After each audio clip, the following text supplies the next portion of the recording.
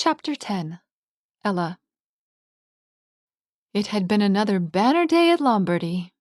In addition to Ella's normal chores, there were ball gowns and traveling outfits to be washed, and stepmother continued to watch her suspiciously. Ella stayed out of the older woman's way as much as possible. Diana seemed to alternate between her normal condescension and a surprising expression that Ella wanted to call pity, but Cynthia was more difficult than usual, dancing with the prince and believing that she made a good impression, but failing to win his choice seemed to grate on her. To make things worse, he had made no choice, and rumors said he would make it within the next few days. The combination gave the girl spurts of desperate dreaming. She was convinced that the young royal would appear on their doorstep to claim her, which made her so much more enjoyable. Ella glanced at the windows as she swept the front hall. Someday she hoped to do something about the grounds, but that dream seemed as futile as the one of Mike. The work inside the house never seemed to end, no matter how much time she spent on it. Besides, what she really wanted was to scrape the peeling paint and apply a fresh coat. Otherwise, the wood underneath would begin to rot. She had already noticed a few places where the boards were beginning to soften. Unfortunately, paint cost money. Even if she found the time, she would never find the funds. If only her grandfather had spent the money on a stone exterior when he built the manor. Dwelling on it wouldn't solve anything, though.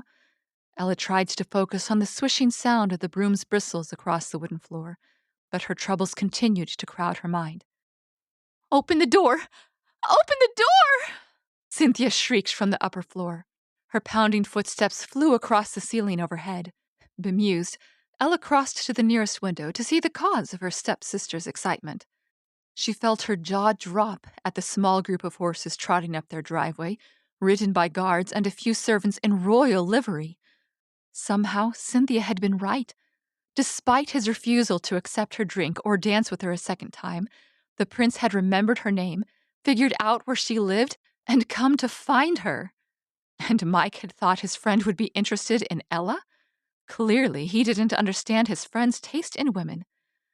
Ella walked toward the front door in a daze. This couldn't really be happening. Cynthia, a princess? But maybe her new family would send funds to Lombardy so it could be restored. That would be something. Even as her heart began to lift with hope, it crashed back to the ground. No, stepmother would worm her way into the castle. Ella would be left behind in her broken-down home because stepmother wouldn't mention her existence. But maybe that was a good thing. She would finally be free. She could leave if she had to. In normal circumstances, Cynthia wouldn't have deigned to open the door herself, but would have stood back and let Ella do it. After all, that was Ella's job as the household servant. Today, however, the younger girl was so excited that she flung the door open before the middle-aged man on the porch could knock. "Good evening," the proper-looking gentleman said, smoothing out the surprised expression that had flitted across his face. "Is this Lombardy Manor?" Ella stepped back, letting Cynthia handle the situation. "It is," she replied eagerly. "Please, won't you come in?" Her eyes skimmed the faces of the company. The gentleman on the porch looked over his shoulder at the rest of his party. Ella noticed a slight headshake from a black-haired man wearing the uniform of a guard. He still sat astride his horse, along with 3 cloaked individuals, their hoods raised, and 2 other men with the bearing of guardsmen, but different uniforms. "Thank you for the offer, miss, but we will not be staying long. Our business can be conducted out here." The servant on the porch gave a very slight bow of his head. "If you would please call the rest of your household. This concerns them as well." Cynthia spun toward Ella, her face somewhat dimmer from the rejection, but still hopeful. "You heard him, Arabella. Go fetch Mother and Diana."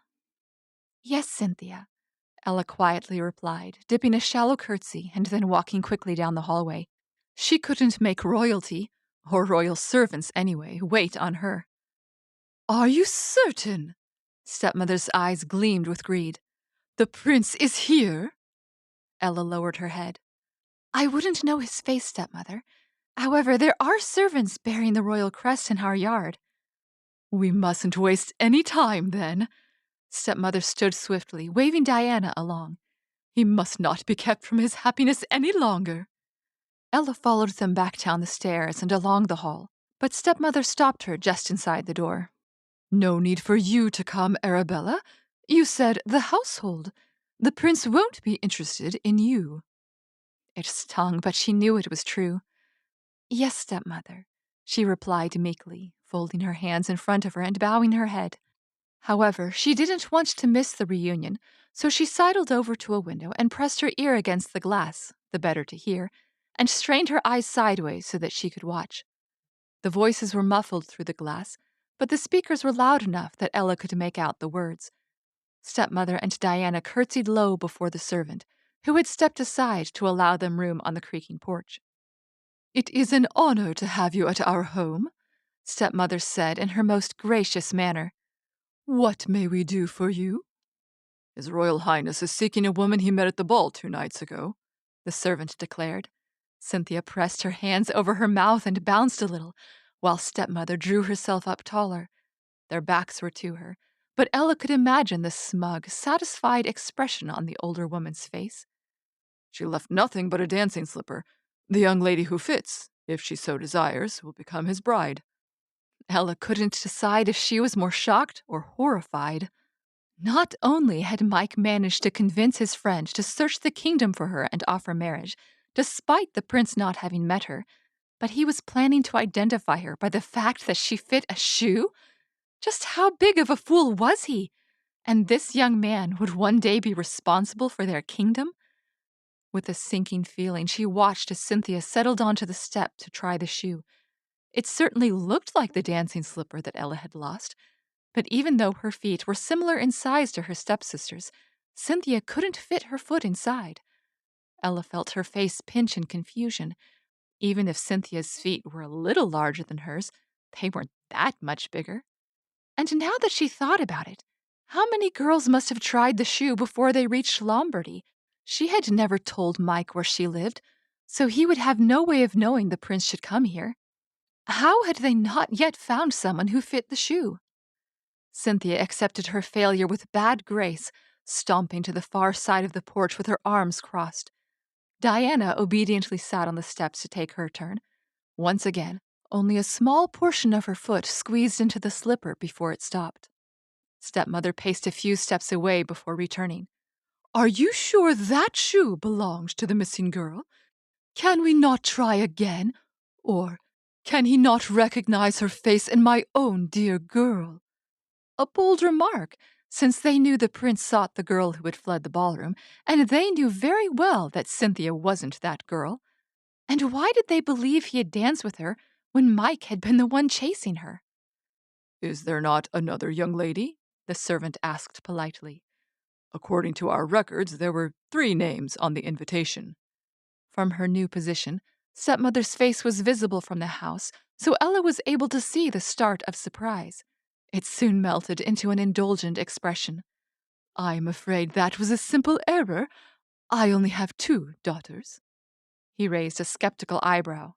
"There is no other young lady on the premises?" His eyes darted to the window where Ella stood.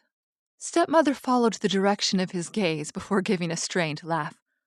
"Oh, her! She is only a servant. I assure you Arabella was not at the ball. She was right here, where she belongs." Ella began to withdraw, worried about the vengeance stepmother might wreak for her eavesdropping, but another voice stopped her. "Let her try the shoe." Her gaze shot to the window, seeking the speaker. One of the riders dismounted and stepped forward. She steadied her breathing.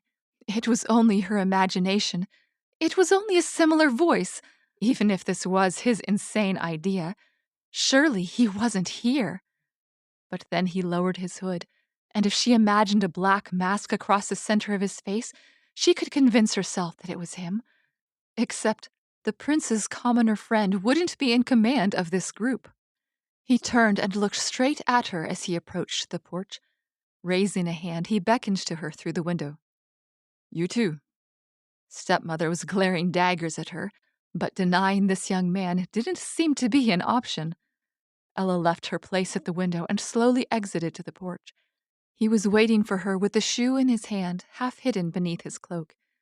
In response to his unspoken request, Ella lowered herself to the edge of the porch and held out her right foot, heart pounding. The young man who looked and sounded like Mike smiled at her, a blinding smile, just like Mike's. He slid the boot off her foot, then picked up her blue dancing slipper. Pausing, he met her eyes and gave her a gentle smile. "Will it fit?" he asked quietly. She simply stared at him. He held it up in an inquiring gesture. "Get on with it already, Michael," a female voice called. Her accent wasn't a Doric one. Ella knew Mike was short for Michael, but hearing it in the foreign accent tickled something in her mind. A foreign accent and a red dress? "Michael," she whispered in shock. "As in Crown Prince Michael?" Michael, smoothed his features into a polite smile before twisting to look over his shoulder. "Do you mind, Katie?" "You're the one proposing in front of a crowd," the man next to Katie called out cheerfully. Mike turned back to Ella, a distinctly annoyed look on his face now. "Such fantastic friends I have," he muttered under his breath. Ella stared back at him. "That's why you wanted to know if I would marry a prince. Not for your friend, but—" Her eyes widened and her throat constricted a little. "Yes."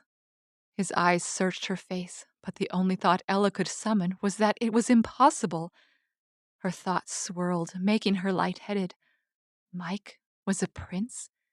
He had figured out where she lived, and he had traveled hours to Lombardy to find her. And if what the servant said was true— It couldn't be true. Ella never got what she wanted. Clearing his throat, Mike said, "Since this appears to be news to you, does that mean you didn't run away because of my title?" "No," Ella stammered.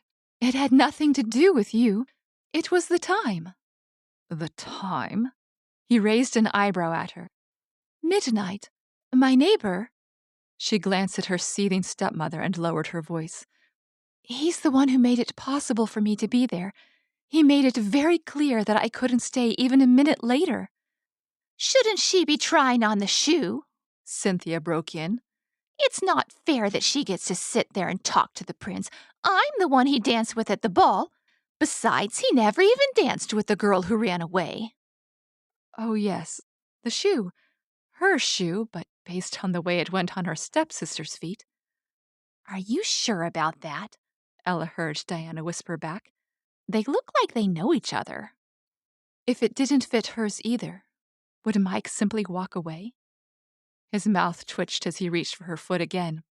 "She's right. We do need to make this official." "It won't work," Cynthia Stage whispered to her sister. "My foot is smaller than Ella's." Ella's breath caught at the tingle that shot through her when Mike's fingers gently lifted her heel. With his other hand, he slid the shoe onto her foot, as perfect a fit as when she wore it 2 nights before. "What?" Her stepsister shrieked. "That's impossible!" Stepmother's voice was pure ice as she said, "I thought you weren't at the ball, Arabella. What is the meaning of this?" I never actually said—" "Ella." Mike's voice was quiet but firm as he picked up one of her hands. "She doesn't own you. Look at me." She slowly turned back to him, meeting his eyes. "Yes, Mike?" "How impertinent!" Stepmother hissed. "The shoe fits."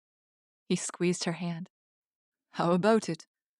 How about what?" Mike picked up her other hand. "Will you marry me?" But I'm just a servant. I'm nobody, Mike." "You're not nobody. You're Arabella. My Ella. And that's all I care about." Her breaths were shallow, fighting past the lump in her throat. His Ella? "So, how about it, Ella? Do you think you can be happy with me?" "Yeah. She is not of age, and I do not give her permission to marry." Ella jumped at the unexpected interruption. "Arabella is under my protection until she turns 25. The smile slid off Ella's face. She should have realized the first time Thomas suggested it. Even if she were to find a young man who wanted her, stepmother would never let her go. Not until the law set her free. It had never been more than a dream. Mike rose to his feet, no longer wearing any kind of smile. His brown eyes were cold as he stared down her stepmother.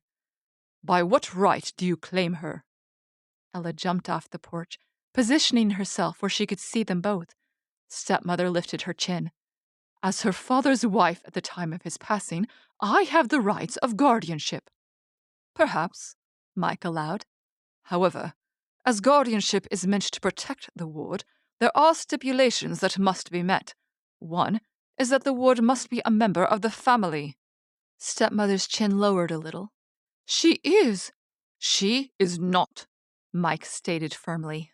He moved his left hand, resting it on the hilt of his sword. Before this group of witnesses, you have stated that Ella is nothing but a servant to you. The way she dresses is clearly inferior to that of yourself and your daughters. But therefore, Mike continued relentlessly, speaking over stepmother, I rule that you have not met the requirement of family. The laws of guardianship do not give you the right to an unpaid servant, which is how you have treated Ella. Therefore, her guardianship shall be given to someone who has her interests in mind. Who? Stepmother challenged. You? He smirked. I don't qualify. Turning to Ella, he suggested, but a neighbor, perhaps. For a few moments, Ella could do nothing but stare at Mike, eyes wide and mouth open. It wasn't possible. He couldn't be overthrowing her stepmother's tyranny just like that. Yes, Thomas. He was my father's best friend. A wide smile spread across her face. He's offered me a home many times. I'm sure he would be pleased to accept guardianship. Then we shall visit him at once. At a gesture from Mike, the company began to organize for departure. He returned his hard stare to stepmother. By rights, I should charge you with reparations for the mistreatment of your ward, but it does not appear that you have means, and I do not wish to beggar you further. Good day, madam. He gave her a brief nod before turning to Ella. Do you have a horse? Ella tried to keep the bitterness from her voice as she replied. I used to. She sold him to pay for dresses for the ball. Mike's hand clenched on his sword hilt. I am sorely tempted to revise my judgment, he growled, throwing a glare in the direction of the porch. Thank you, Mike. It had been 10 years since anyone but Thomas had cared for her welfare. For it to come from someone who looked at her like she was the most precious thing in the world, she didn't think her heart could be more full. Holding his hand out to her, he said, Come, you can ride in front of me.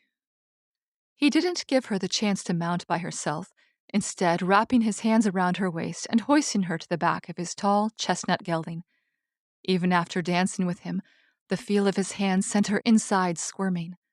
Suddenly, Diana jolted into movement, rushing into the house. Cynthia startled out of the way, then shivered, rubbed her arms, and followed. Stepmother remained, chin raised once more, glaring at Ella as if this was somehow all her fault. As Ella clung to the saddle with one hand and the horse's fuzzy neck with the other, Mike removed her slipper and worked her boot back onto her foot. She couldn't help giggling at the situation. She never giggled, but she was so happy. Wait! At the cry, Mike paused with one foot in the stirrup. Diana was running out the door with something on her arm. You forgot your cloak, Arabella. Thank you, Ella said, touched that her stepsister would think of her. Then she took the garment from Diana's hand, and her eyes widened. But, Diana, this is your cloak. Diana wouldn't meet her eyes. You can't wear yours all the way to Hartford. It's not warm enough. Not warm enough? Mike's voice sounded dangerous. If I take this, you won't have one, Ella argued. You can't wear my old one all winter. You would have if you weren't leaving, Diana said quietly. Mother will buy me a new one. You know she will. Ella didn't reply, remembering how Diana's dress had been left out when money was short. Keep your cloak, Katie interrupted, breaking off her conversation with her husband.